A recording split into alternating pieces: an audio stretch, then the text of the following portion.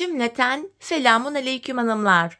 Diva Patik YouTube kanalıma hepiniz hoş geldiniz. Bugün birlikte iki renkli çok güzel bir 5 şiş patik yapacağız. Ben patiğimde kırmızı ve krem olmak üzere 2 tane normal patiklik ip kullandım. Şişlerim 3 numara. Modelimi de gösteriyorum. İşte hanımlar, modelimiz bu şekilde. Kalp desenli çok şık harika bir patik oldu. Model bu şekilde. Patiğimizin tabanı, yanları, topuk kısmı, model böyle. Bu patik benim elimin ölçülerine göre 37, 38 ve 39 numara ayaklar için uyumlu oldu hanımlar. Hemen patiğimize başlayalım. Ben patiğime her zaman olduğu gibi burun kısmından 12 ilmek olarak başladım. 12 ilmeğimizi atıyoruz. Ben bu başlama tekniğini hemen hemen bütün 5 şiş patik videolarımda detaylı olarak anlattım. Şimdi sil baştan yeniden gösteriyorum. Sebebi şu. Bu videoya ilk defa denk gelecek olan hanımların da kafaları karışmasın diye. Ayrıca kanalımda farklı 5 şiş başlama teknikleri de var. Sizler patiğinize dilediğiniz şekilde başlayabilirsiniz. Bakalım kaç ilmek olmuş? 3, 6, 9, 12. Geri dönüyorum. Geri döndüğümüzde arka yüzdeyim hanımlar. Bakın şöyle göstereyim. Arkadayız. Bu aşamada ilk ilmeğimi örmeden alıyorum. Arka yüzde ilmeklerimi ters olarak örüyorum.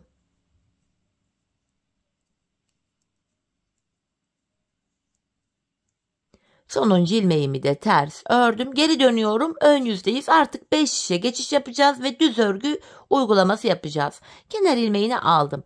İkinci ilmeğim 3, 4, 5 ve 6. Kalan 6 ilmeğimi de ikinci şişim ile örüyorum. 12 ilmeğimi 6'şar iki şişime paylaştırdım. Şimdi hiç geri dönmeden ilk başladığımız yerlerden ilmekler çıkaracağız. 3. şişimize. İlk ilmeğimi hemen şuradan kenara girerek bakın. İlmeğin iki kanadına birden girerek çıkarttım. Devamında ilmek çıkartabilmek için de tığımdan yardım alacağım. Başlangıç yerlerimiz biraz sık olduğu için şöyle şu ikinci ilmeğim 3. Başlangıç yerine ilmeğin iki kanadına birden girerek ilmek çıkarıyorum. Patik burnumuz daha sağlam olsun diye. 5 ilmeğim oldu ve 6. Şimdi bir 6 ilmek daha çıkaracağım. Onu da bir diğer şişime takacağım. Yani 4. şişime. Şu birinci ilmeğim. Şu 2. 3. 4. 5 ve hemen şu kenara girerek bir ilmek de buradan çıkartıyorum. 6. 4 şişte de 6'şar ilmek var. 5. şişimi aldım. Bir sıra ilmeklerimi düz olarak öreceğim. 5 şiş patikte bir sıra dediğimiz olan şudur. 4 şişimizdeki ilmeklerimizi de örüp tamamlayınca bir sıra örmüş oluyoruz. İkinci şişime geldim.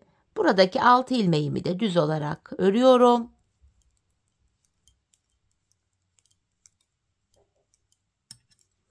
Üçüncü şişimdeyim. Buradaki ilmeklerimi de yine düz örüyorum. 4. şişimdeyim. Buradakileri de düz örmeye devam ediyorum. Bir sıra ördük hanımlar. Tekrar ilk şişimize geldik. Şişleri karıştıranlar varsa da şu ilk şişin altına bir iğne ya da bir ip gibi bir şey takarak ilk şişin yerini belli edebilirler. Artırma işlemi yapacağız. Artırma işlemini patik burnunda sağ ve sol kenardan yapıyoruz. Ortalardan artırma yapmıyoruz. İlk şişimdeyim. Kenarım başta. 2 ilmek örüyorum. Ardından ikinci ilmeğimin altındaki şu ilmeğimin kenarına girdim ve buradan aldığım ilmeğimi düz örüyorum. Kalan 4 ilmeğim yine düz örülüyor. Burada 7 ilmek oldu. İkinci şişime geldim. Kenar sol tarafta. Son 2 ilmek kalana kadar örüyorum. Ardından sondan ikinci ilmeğimin altındaki şu ilmeğimin kenarına girdim ve buradan aldığım ilmeğimi düz ördüm. Kalan 2 ilmeğim düz örülüyor. Burada da 7 ilmek oldu. 3. şişimdeyim. Kenar başta. 2 ilmek örüyorum.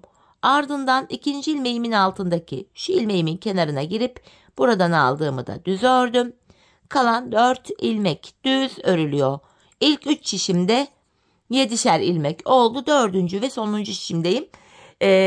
Ve son 2 ilmek kalana kadar öreceğim hanımlar. Kenardan artıracağım. Sondan ikinci ilmeğimin altına girdim ve buradan aldığımı düz örüyorum. Son 2 ilmeğim düz örülüyor. 4 içinde de 7'şer ilmeğim oldu. Bir sıra artırma yaptım hanımlar. Şimdi bir sıra 4 içindeki 7 ilmeğimi de artırma yapmadan örüyorum.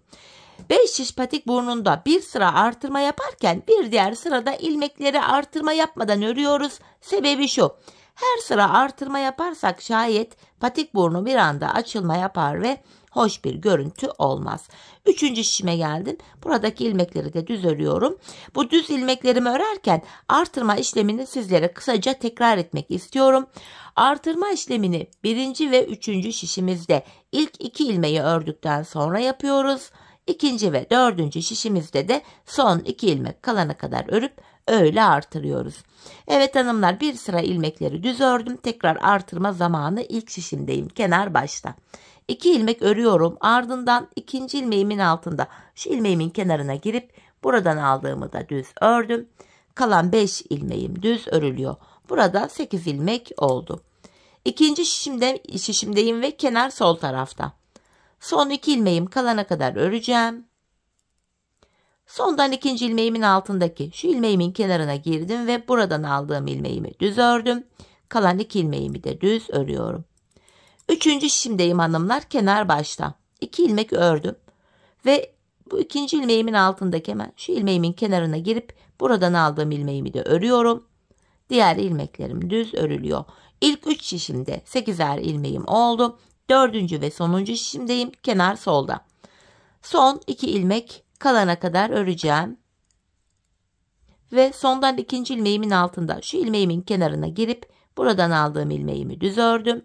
Kalan 2 ilmeğim düz örülüyor. 4 şişimizde de 8'er ilmeğimiz oldu.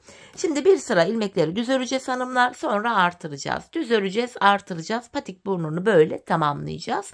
Ben bu patiğimde her bir şişimde 15'er ilmeğim olana kadar artırmalarımı yaptım. Sonra modelime başladım. Şimdi hep birlikte artırmaları yapalım gelelim. Ardından birlikte modelimizi kuralım.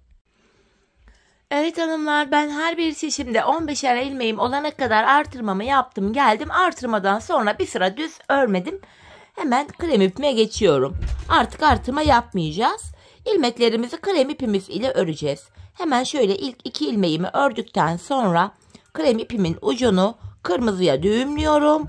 Bu şekilde patiğimiz sağlam olsun, sökülmesin diye. İlmeklerimizin hepsini krem ipimiz ile öreceğiz hanımlar. Bu şekilde hepsini krem ile düz olarak örüyoruz.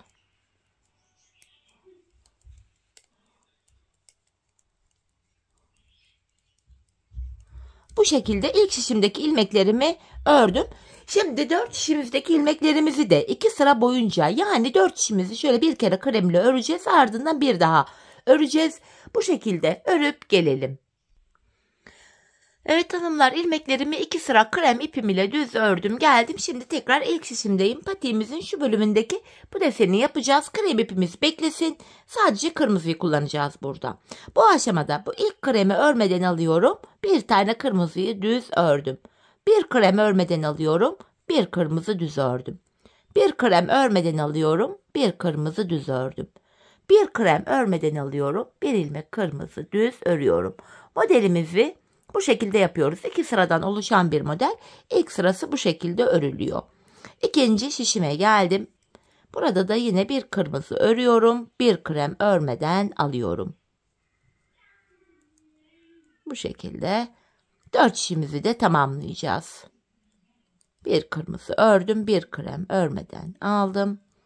Sonuncu ilmeği kırmızı ile ördüm. 3. şişime geldim. Yine bir krem örmeden aldım. Bir kırmızımı örüyorum. Bu şekilde modelimizin ilk sırasını yapacağız.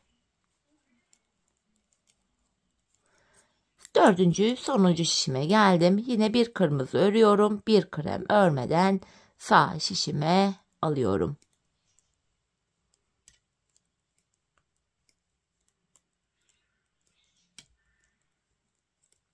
Evet. Modelin ilk sırasını tamamladık. Geldik modelde 2. sıramıza. Krem ilmeklerimizi yine örmeden alıyoruz. Kırmızıları ters örüyoruz hanımlar. Kremimi örmeden alıyorum. Kırmızı ilmeğimi ters örüyorum. Yine kremlerimi örmeden alıyorum. Bir önceki sırada düz olarak ördüğüm kırmızı ilmeklerimi bu sıramızda ters olarak örüyorum. Şöyle bakın. Desenimiz şöyle kendini gösteriyor. Modelimiz böyle hanımlar. İlk şişimizde modelimizi yaptık. Şimdi ikinci şişimden yine devam edeceğim. Kırmızı ilmeklerimi ters örüyorum. Kremlerimi örmeden sağ şişime alıyorum.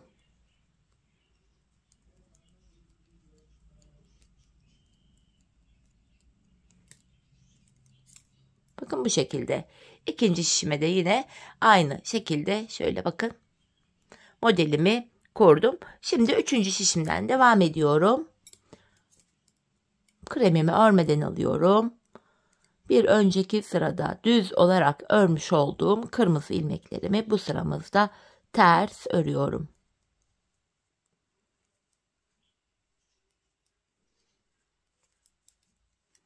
Dördüncü şişimdeyim. Aynı işleme burada da devam ediyorum.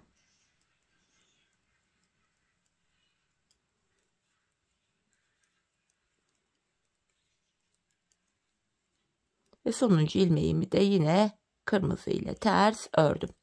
Evet, desenimizi yaptık hanımlar. Şimdi şöyle krem ipimi alıyorum. Yine ilmeklerimizin tamamını krem ipimiz ile düz olarak öreceğiz. Hepsini düz örüyoruz. Bu şekilde. Şimdi yine 4 şişimizdeki ilmeklerimizi 2 sıra krem ipimiz ile düz örelim gelelim. Evet hanımlar, 4 şişimdeki ilmeklerimi de 2 sıra krem ipim ile düz ördüm geldim. Şimdi modelimize başlayacağız hanımlar. Bu modelimiz toplamda 16 sıradan oluşuyor.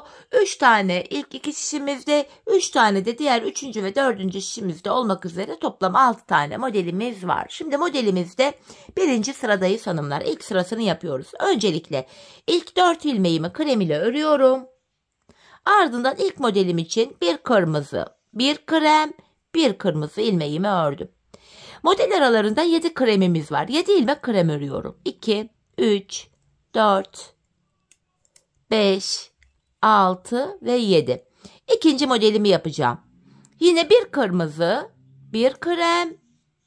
İkinci şişimden devam edeceğim. Bir kırmızı. İkinci modelimizi de yaptık. Yine model arası için 7 tane krem örüyorum. 4, 5, 6, 7. Üçüncü modelimi yapacağım. Bir kırmızı, bir krem, bir kırmızı. Bu aşamada şu arka ip geçişlerinde kırmızı ipimi esnek bırakıyorum. Böyle sıkı tutarsam patik gergin durur, model düzgün düşmez. Yeniden 7 tane krem öreceğim model arası için. 4 oldu. 5, 6, 7. Dördüncü modelim için bir kırmızı, bir krem, bir kırmızı örüyorum. Tekrardan devam edeceğiz. 7 krem. 1, 2, 3, 4, 5, 6, 7. Ve modelim için bir kırmızı, bir krem, dördüncü şişimdeyim, bir kırmızı ördüm. Yine model arasına 7 krem. 2, 3, 4, 5, 6, 7. Buraya yine sonuncu modelim için bir kırmızı, bir krem, bir kırmızı ilmeğimi örüyorum. Kalan 4 ilmeğimi krem ile ördüm. Bu şekilde. Modele başlarken 4 tane krem ile başlayacaktık. 3 tane ile başlamışım. Sıkıntı yok hanımlar. Yine model aynı şekilde düşecek. Geldik modelimizde hanımlar ikinci sıramıza. Bu sıramızda buraya toplamda şöyle kırmızı ip arkada uzun kalmasın diye kremin üzerinden atlatıp şöyle yakınlaştırdım. İkinci sıramızda. Şimdi ilk 4 ilmeğimi krem ile örüyorum. Ardından bu iki kırmızının ortasına bir tane kırmızı ördüm. İlk modeli yaptık. Model arasında bu defa 9 ilmek var. 1, 2, 3, 4, 9 ilmek fazla olduğu için şöyle kırmızıyı kremin üzerinden atlatarak yakınlaştırdım. Kırmızı arkada çok uzun kalmasın diye. 6. ilmeğimi ördüm. 7, 8, 9. Tam bu ortaya bir tane kırmızı örüyorum. İkinci modeli yaptık. Tekrardan 9 tane krem öreceğim. 1, 2, 3, 4. Yine kırmızıyı şöyle atlatarak yakınlaştırıyorum. 5, 6, 7, 8, 9. Tam ortaya bir tane kırmızı. Tekrardan 9 tane krem. 3, 4. Yine şöyle kırmızının üstünden atlatıp yakınlaştırdım. 5. kremimi ördüm. 6, 7, 8, 9. Tam bu ortaya bir tane kırmızı örüyorum. Tekrardan 9 tane krem. 3, 4. Şöyle kırmızıyı yine yakınlaştırdım. 5, 6, 7, 8, 9. Ortaya bir tane kırmızı. 4. şişime geçtim. Yine model arası için 7 tane krem. 1, 2, 3, 4, 5, 6, 9 tane krem olacaktı. 5'ini ördüm. Yine kırmızıyı yakınlaştırıyorum. 6, 7, 8 ve 9. Burada model arası için bir tane kırmızımı ördüm. Kalan 5 ilmeğimi krem ile öreceğim. Son bir ilmek kalana kadar ördüm. Kırmızımı şöyle kremin üzerinden atlatıp tekrardan yakınlaştırdım. İkinci sıramızı tamamladık hanımlar. Geldik modelimizde 3. sıramıza. Bu 3. sıramızda kenardaki ilk ilmeğimi krem ile örüyorum. Bir tane krem ördüm. Şimdi kırmızımı alıyorum. Modelde 3. sıramız. 3 kırmızı, 1 krem, 3 kırmızı örüyorum. Bu şekilde ilk modelimizi yaptık. Şimdi ikinci modele geçmeden önce model arasında 3 tane kremim var. Şimdi de ikinci modelimi yapacağım. 3 kırmızı, 1 krem ve tekrar 3 tane kırmızı öreceğim ikinci şişime. Şöyle kırmızımı aldım. 3 tane kırmızı. Model arası için yine 3 tane krem örüyorum. 3. modelimdeyim. 3 kırmızı, 1 krem, 3 kırmızı. Model arası için 3 tane krem örüyorum. 3. şişimdeyim. Şu 3. kremim.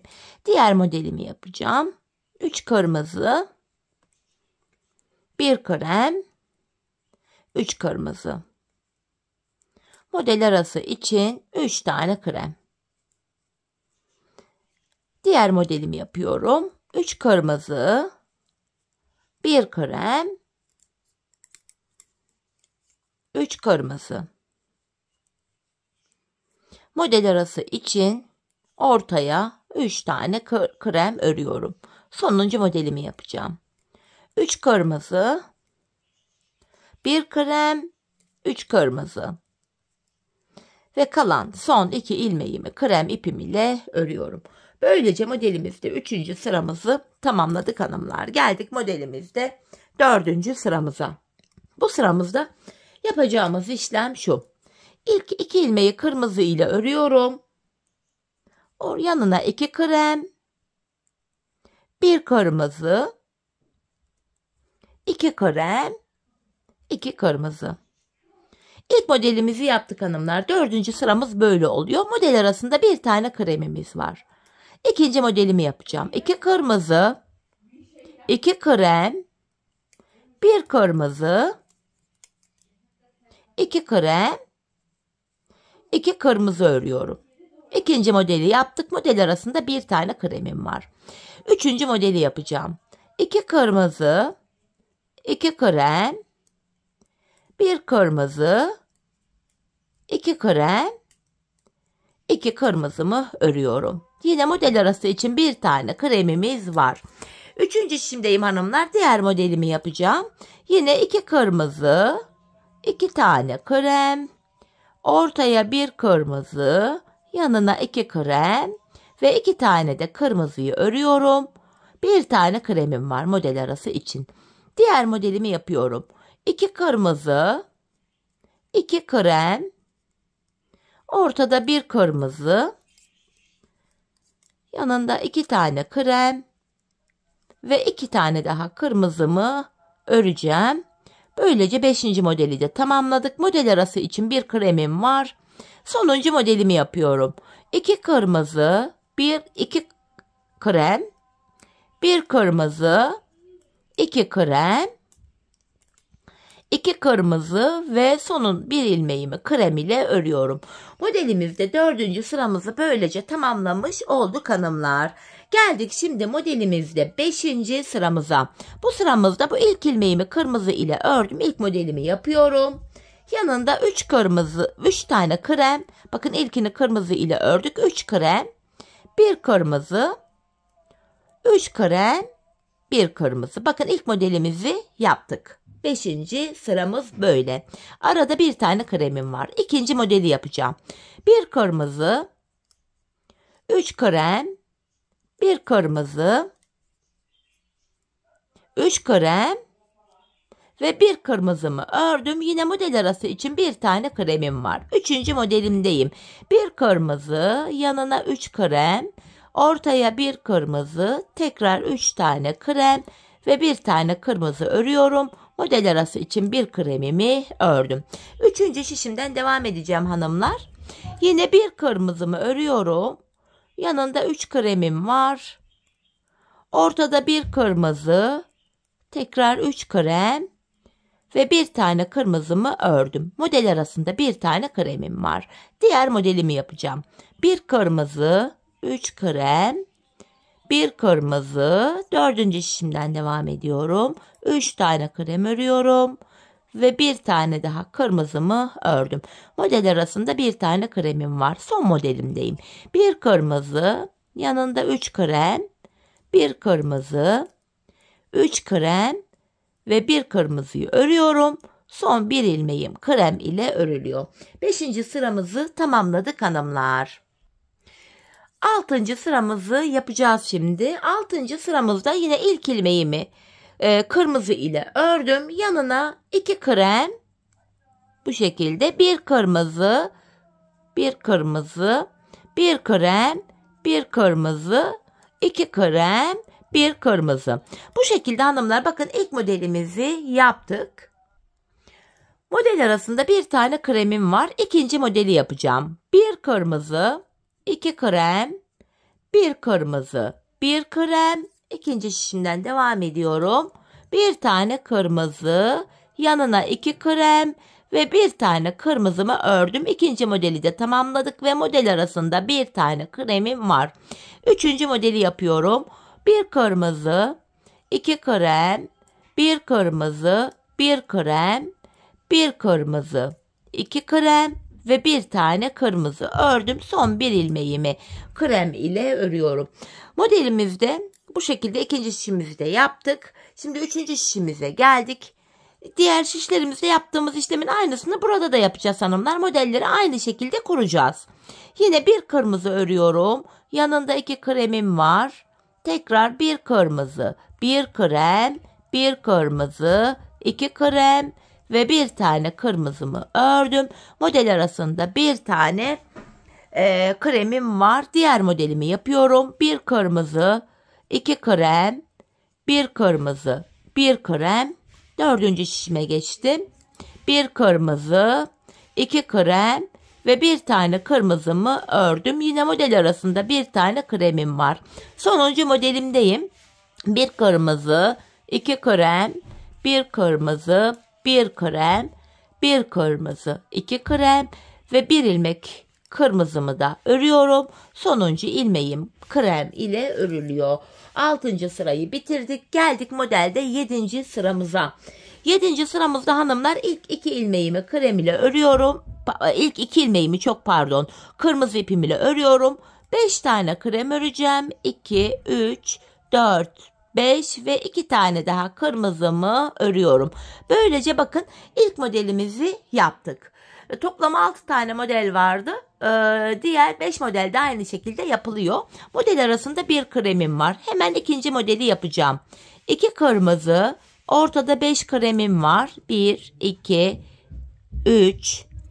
İkinci şişimden devam ediyorum. 4, 5 ve yanına 2 tane daha kırmızı örüyorum. İkinci modelimizi de yaptık. Model arasında 1 kremim var. Şimdi hanımlar 3. modelimizi yapacağım. 2 kırmızı, ortada 5 tane kremim var. 2, 3, 4, 5 ve 2 tane daha kırmızı ördüm. Model arası için 1 tane kremim var. İlk 3 modeli yaptık hanımlar. Artık bu aşamada diğer 3. ve 4. şişimizdeki bu 3 modeli de ilk 2 şişimizde olduğu gibi Örelim gelelim. Evet hanımlar, diğer iki şişimi ördüm geldim. Modelde 8. sıradayız. Şimdi bu sıramızda ilk ilmeğimi krem ile ördüm. Şimdi ilk modelimi yapıyorum. Bir kırmızı, 5 krem, bir kırmızı. İlk modelimizi yaptık. Model arasında bu defa 3 kremimiz var. Şimdi ikinci modeli yapacağım. Bir kırmızı, 5 ilmek krem, 3 oldu. İkinci şişimden devam ediyorum. 4, 5 ve bir tane kırmızı ördüm. İkinci modeli de yaptık. Model arasında 3 tane kremim var. Üçüncü modeldeyim. Bir kırmızı, 5 krem, bir kırmızı. Yine model arasında 3 tane krem öreceğiz. İlk ikisini ördük. Üçüncü şişimize öreceğiz. İlk iki şişimizdeki 3 modelimizi yaptık. Şimdi 3. ve 4. şişimizdeki modelimizi de aynı şekilde örelim gelelim. Evet, ilmeklerimizi ördüm geldim hanımlar. Şimdi tekrar ilk şişimdeyim. Modelde 9. sıradayız. Bu sıramızda ilk 2 ilmeğimi krem ile örüyorum. Ardından ilk modelimi yapıyorum. Bir kırmızı, 3 krem, bir kırmızı. İlk modelimizi yaptık. Şimdi model arasında 5 krem öreceğiz. 1, 2, 3, 4, 5. İkinci modelimi yapıyorum. Bir kırmızı, 3 krem, 3. kremimi ikinci şişimden alarak örüyorum. Ve bir kırmızı. İkinci modeli de yaptık. Şimdi model arasında yine 5 tane krem örüyorum. 2, 3, 4, 5. Üçüncü modeldeyim. Bir kırmızı, 3 krem, bir kırmızı. Yine model arasında 5 tane krem öreceğiz. İlk üçünü ördük. Diğer 2 kremi de 3. şişten alarak öreceğiz. Diğer 3. ve 4. şişimizdeki modelimizi de yine aynı şekilde örelim gelelim. Evet hanımlar, şimdi de modelde 10. sıramız, ilk şişimizdeyim. İlk 3 ilmeğimi krem ile örüyorum. 3 krem. Ardından ilk modelimi yapacağım. Kırmızımı alıyorum. Bir kırmızı, bir krem, bir kırmızı. İlk modelimizi yaptım. Model arasında bu defa 7 tane kremimiz var. 3, 4, 5, 6 ve 7. İkinci modelimi yapıyorum. Bir kırmızı, bir krem. İkinci şişime geçtim. Bir kırmızı ördüm. Yine model arası için 7 tane krem örüyorum. 3, 4, 5, 6, 7. Diğer modelimi yapıyorum. Bir kırmızı, bir krem, bir kırmızı ve model arası için yine 7 tane kremimizi öreceğiz. Şimdi diğer iki şişimizdeki modelimizi de aynı şekilde kurup gelelim. Evet hanımlar, ilmeklerimizi ördüm geldim. Şimdi de modelde 11. sıradayız. Bu sıramızda şöyle kırmızı ipimi kremin üzerinden atlatarak yakınlaştırdım. İlk 4 ilmeğimi krem ile örüyorum. 2 kırmızının ortasında kalan bir kremi kırmızı ile örüyorum. İlk modeli yaptık. Bu defa model arasında 9 tane kremim var. 2, 3, 4. Burada kırmızı ip arkada uzun kalmasın diye şöyle kremin üzerinden atlattım. 5, 6, 7, 8, 9 tane kremimi ördükten sonra bir tane kırmızı örüyorum. İkinci şişime geldim. Yine model arası için 9 tane krem örüyorum. 2, 3, 4. Kırmızıyı yine atlattım. 5, 6, 7, 8, 9. Burada hemen bir ilmek kırmızı örüyorum.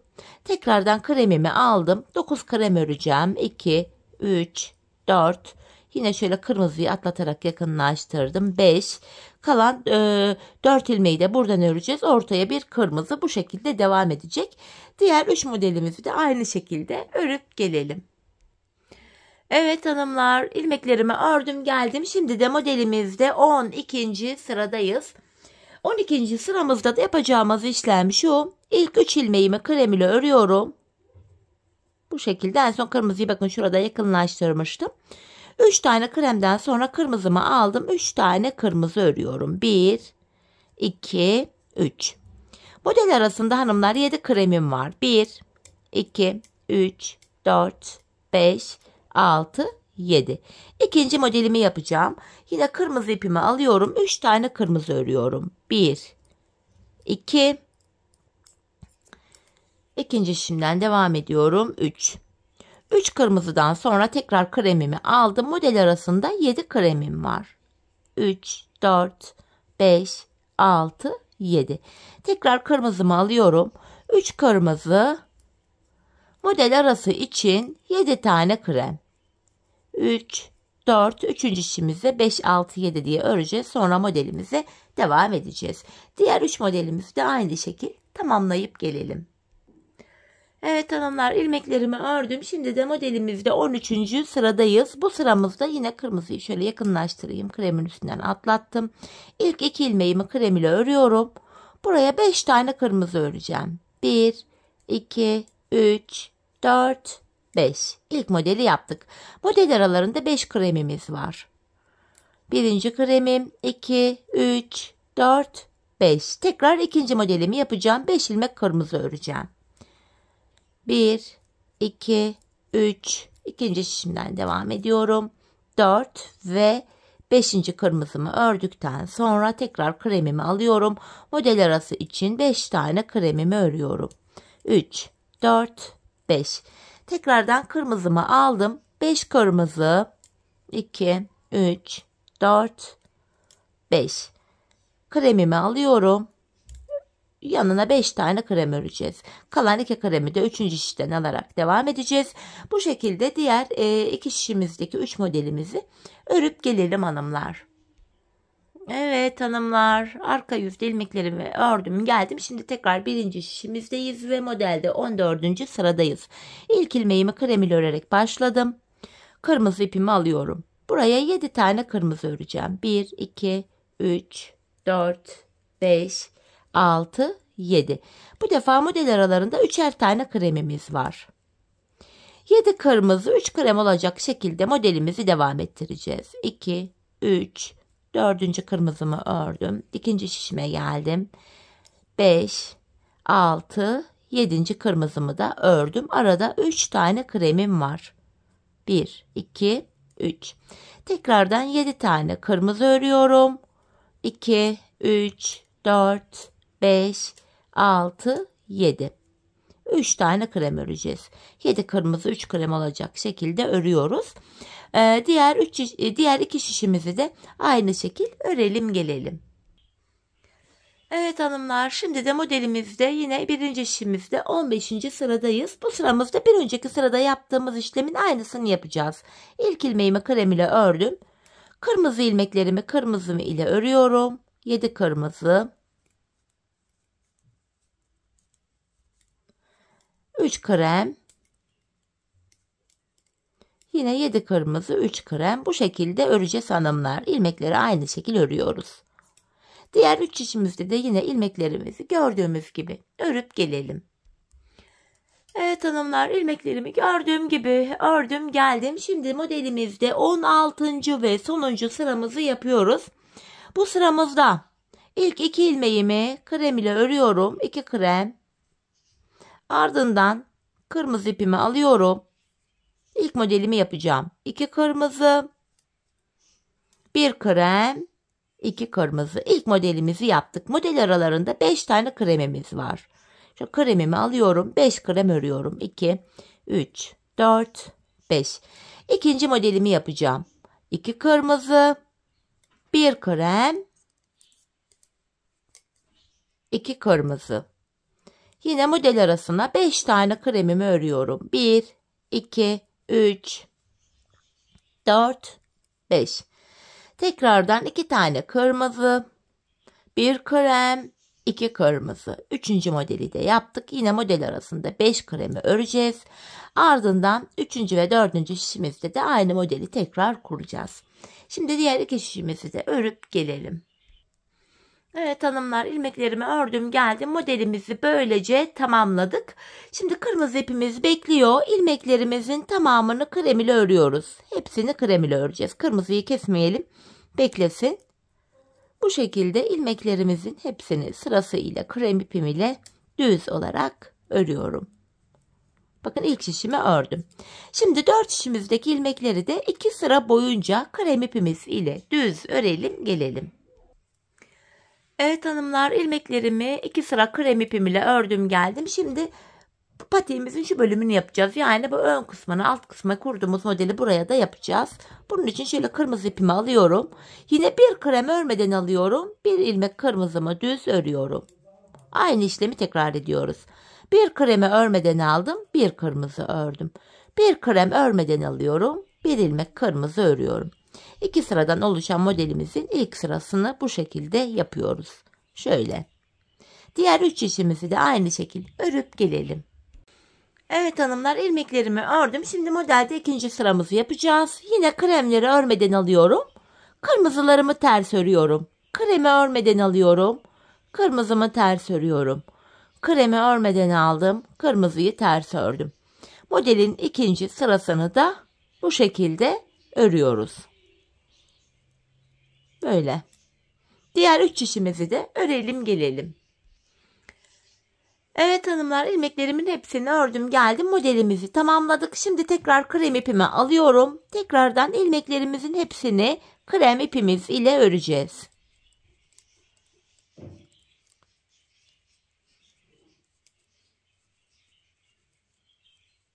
Bu şekilde ilk işimi ördüm. Şimdi 4 işimizi de 2 sıra boyunca krem ipimiz ile düz örelim gelelim. Evet hanımlar, ilmeklerimi 2 sıra krem ipim ile düz ördüm geldim. Artık krem ile olan işimiz kalmadı. Artık ilmeklerimizi kırmızı ile örüyorum. Modelin devamında artık kırmızı ipimizi kullanacağız. Kremi de kesip şu arkaya düğümleyebiliriz. İlmeklerimizi kırmızı ipim ile örüyorum. Hanımlar, şimdi 2 sıra boyunca 4 işimizdeki ilmeklerimizi de kırmızı ipimiz ile örüp gelelim. Evet hanımlar, 2 sıra ilmeklerimi kırmızı ipim ile ördüm geldim. Şimdi bilek ayrımını, yani burayı yapacağız. İlk şişimdeyim. Bilek ayrımını ilk şişimizde yapıyoruz. 15 ilmeğim vardı şişimde. 14 ilmeğimi öreceğim. Yani şişimde son bir ilmeğim kalana kadar ilmeklerimi örüyorum. Bakın sonuncu ilmeğim. İlk şişimdeki sonuncu ilmeğim ile ikinci şişimdeki ilk ilmeğimi alıyorum. Bilek ayrımında bu iki ilmeği şöyle birbiriyle yer değiştirdim. Yer değiştirdiğim ilk ilmeğimi ilk şişimle örüyorum. Bilek ayrımında, yani burada ilmekleri yer değiştirerek örme sebebim şu: bilek ayrımı daha sıkı ve sağlam oluyor. Patiğimizin arka bölümlerine geldik. Ben bu kenarlara hanımlar 8'er ilmek haroşa ördüm. Örgümüzün hem arka yüzünde düz örgü örünce haroşa oluyor. Hem ön hem arka yüzde ters örgü örünce yine haroşa oluyor. Ben örgümüzün her iki tarafında da düz örgü örerek haroşalarımı elde ediyorum. Şimdi bu ikinci şişimdeyim. İlk 8 ilmeğim haroşa düz olarak örüyorum. 4, 5, 6, 7, 8 ilmek haroşamı düz ördüm. Arka yüzde de bunları düz öreceğim. Devamında gelen ilmeklerimi de yine düz örmeye devam ediyorum. Artık patiğimizin arka bölümüne geçtik hanımlar. Bu arka bölümde ön yüzdeysek eğer düz örgü, arka yüzdeysek de ters örgü uygulaması yapacağız. Bilek ayrımına kadar öreceğiz. Ardından geri döneceğiz. Geri döndüğümüzde arka yüzde olacağımız için ilmeklerimizi ters öreceğiz. Bir diğer şişime geçtim. Tabandaki şişim, tabana denk geliyor bu şişim yine.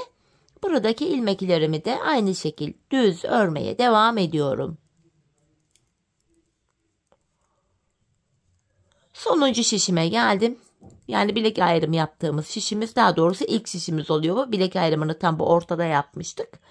Buradaki ilmeklerimi de yine düz örüyorum. Bakın son 8 ilmeğim burada haroşa. Haroşalarımı yine düz olarak örüyorum. Sonuncu ilmeğimi de ördüm. Bilek ayrımına kadar ördük hanımlar. Şimdi geri döneceğiz. Yapacağımız işlem bu. Bilek ayrımına kadar öreceğiz, geri döneceğiz. Şimdi geri döndüm. Ben sonuncu ilmeğimi ördüğüm için ilk ilmeğimi örmeden aldım. Bu kenar ilmeğim ile birlikte toplam 8 ilmek haroşamı düz örüyorum. 6 oldu. 7 ve 8. Şöyle baktığımızda ön yüze bir diş haroşa düştü. Diğer ilmekleri de bakın şu anda arka yüzdeyim. Ters olarak örüyorum hanımlar. Bir diğer şişime geçtim. Burada da yine ilmeklerimi ters örmeye devam edeceğim. Patiğimizin arka bölümünde yapacağımız işlem hepi topu bu kadar. Bilek ayrımına kadar öreceğiz, geri döneceğiz, öreceğiz, geri döneceğiz. Ön yüzdeysek eğer düz örgü, arka yüzdeysek de ters örgü uygulaması yapacağız. Sadece bilek kenarlarındaki 8'er ilmek haroşamızı haroşa olarak örmemiz gerekiyor. İlmeklerimizi ters ördüm hanımlar. Son şişime geldim. Yine burada da ilmeklerimi ters örüyorum.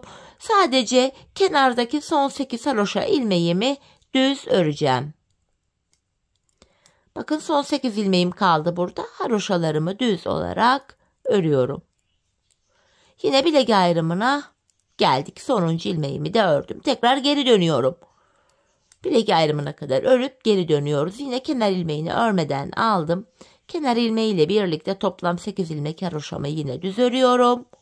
Bu şekilde devamında gelenleri yine diğer bilek ayrımına kadar düz öreceğim. Sonra geri döneceğiz. Arka yüzde de ters öreceğim. Patiğimizin şu bölümüne baktığımızda hanımlar bakın buralarda birer diş haroşamız oluştu bile. Ben bu patiğimin şu arka bölümüne yani şuraya toplamda 15 diş yani 15 sıra haroşa ördüm. Benim ölçülerime göre tam oldu. Bu aşamada sizler patiğinizi örerken ayağınıza ölçerek yapın. Şöyle ki patiğinizi ayağınıza giyin hanımlar. Bu arka bölümü topuğunuzun şu kenarına gelene kadar örmeniz gerekiyor. Bu şekilde ölçü alarak yaparsanız patik ayağınıza tam olur. Sonra da yok benim patiğim büyük oldu yok küçük oldu gibi yorumlarla karşılaşmam inşallah. Evet hanımlar şimdi hep birlikte patiğimizin arka bölümünü ölçülerimize göre örelim gelelim. Sonrasında birlikte topuğumuzu keseceğiz. Evet hanımlar ben patiğimin arka bölümünü ördüm geldim. Burada 15 sıra haroşam var.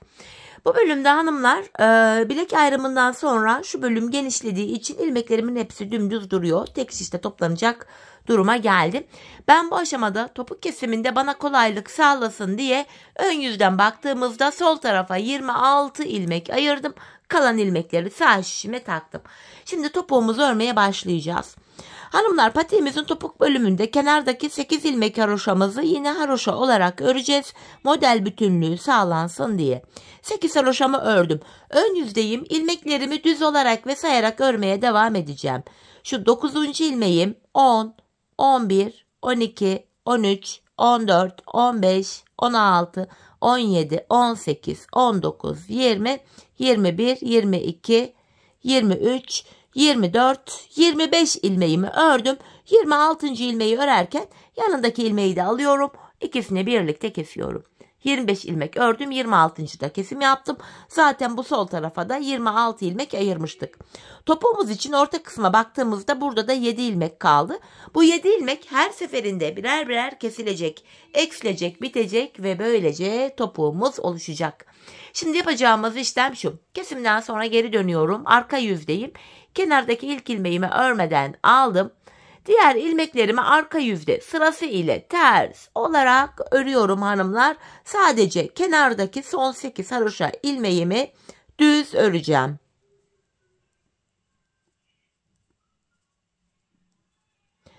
Son 8 ilmeğime kadar ördüm. Haroşalarımı düz olarak örüyorum. Şimdi geri döndük hanımlar. Tekrar ön yüzdeyim. Bir önceki sırada yaptığımız işlemin aynısını yapacağız. Yani 25 ilmek öreceğiz. 26. ilmekte kesimimizi yapacağız. 8 haroşamı ördüm sayarak gidiyorum. 9, 10, 11, 12, 13, 14, 15, 16, 17, 18, 19, 20, 21, 22, 23, 24, 25 ilmeğimi ördüm. 26. ilmekte öndeki ilmeği de alıyorum. İkisini kestim. İkinci kesimi de yaptık. Bir önceki sırada şu arada 7 ilmek vardı. Şimdi baktığımızda 1 ilmek eksildi. 6 ilmek kaldı. Yapacağımız işlem şu. Kesimden sonra tekrar geri döneceğiz. Arka yüzde ilmekleri öreceğiz. Ardından ön yüzde tekrar 25 örüp 26. da kesimi yapacağız. Biz bu kesme işlemine şu aradaki 6 ilmek birer birer eksilip bitene kadar devam edeceğiz. Şimdi hep birlikte bu 6 ilmek bitene kadar patiğimizin topuğunu örüp gelelim. Evet hanımlar aradaki 6 ilmeğin bitene kadar patiğimin topuğunu ördüm geldim. İlk başta sol tarafa 26 ilmek ayırmıştık. Kesimlerden sonra sağ şişimde de 26 ilmeğim kaldı. Şimdi patiğimizin düz tarafı içeride, ters tarafı da dışarıda olacak şekilde ikiye katladım. Ben tığ ile kolay kesim yapabildiğim için tığımı aldım hanımlar. Kesmeye başlıyorum. Benden taraftaki şişten bir ilmek, ikinci şişten de bir ilmek aldım. İkisini birlikte kesiyorum. Diğer kesimlerim şöyle. Benden taraftaki şişten bir ilmek, ikinciden de bir ilmek alıyorum. İkinci ilmeği ilkinin içinden geçirdim. Tığımdaki ilmekleri topluyorum. Benden taraftaki şişten bir ilmek, ikinciden de bir ilmek aldım. İkinci ilmeği ilkinin içinden geçirdim. Tığımdaki ilmeklerimi topluyorum. Karşılıklı olarak şişlerimizden birer tane ilmek alıyoruz ve ikinci şişten aldığımız ilmeği ilk şişten aldığımız ilmeğin içinden geçiriyoruz. Tığımızdaki ilmeklerimizi topluyoruz. Kesme işlemini bu şekilde gerçekleştiriyoruz. Her iki şişteki ilmek sayıları da eşit olduğu için kesim sonunda ilmekler aynı anda bitiyor. Ve her iki patiğimizin topuğu da aynı yöne, aynı şekilde kesiliyor hanımlar. Böyle. Kalan ilmekleri de aynı şekilde keselim gelelim. Evet hanımlar, ilmeklerimi kestim. Şişlerimde son birer ilmeğim kaldı. Bu aşamada önce benden taraftaki ilmeğimi, sonra ikinci şişimdeki ilmeğimi tığıma alıyorum. Artık şişlerde boşa çıktı. Tığımda 3 ilmeğim var. Üçünü birden topladım. Buraya 2 tane sıkı bir zincir çekiyorum ve ipimi kesiyorum. Hemen ipimizin ucunu gizleyelim. Topuğumuza bakalım hanımlar, sonra şöyle ipimin ucunu arkaya sıkılayarak güzelce gizliyorum. Bu şekilde. Hemen bakalım topuğumuza. İşte hanımlar, topuğumuz şöyle. Ayağı giyince zaten şöyle açılıyor, bu şekilde duruyor. İzi bile belli değil. Patiğin arkasında çok temiz, çok şık bir görüntüsü var. Patik bu şekilde. Hemen bir de manken ayağıma da giydireceğim. Ayağımızda da görelim modelimizi. Videonun bu topuk bölümü akşam saatlerine denk geldiği için renk biraz farklı gibi görünüyor. Işıktan kaynaklı. Gayet güzel, hoş, çeyiz içinde çok uygun bir patik oldu hanımlar. Ben çok beğenerek, severek yaptım. Umarım sizler de benimle birlikte patiğinizi beğenerek, severek yaparsınız. Patiğimizin mankendeki duruşu da işte bu şekilde. Tabanımız, kenarlarımız bu şekil. Patiğimizin topuğu, model böyle.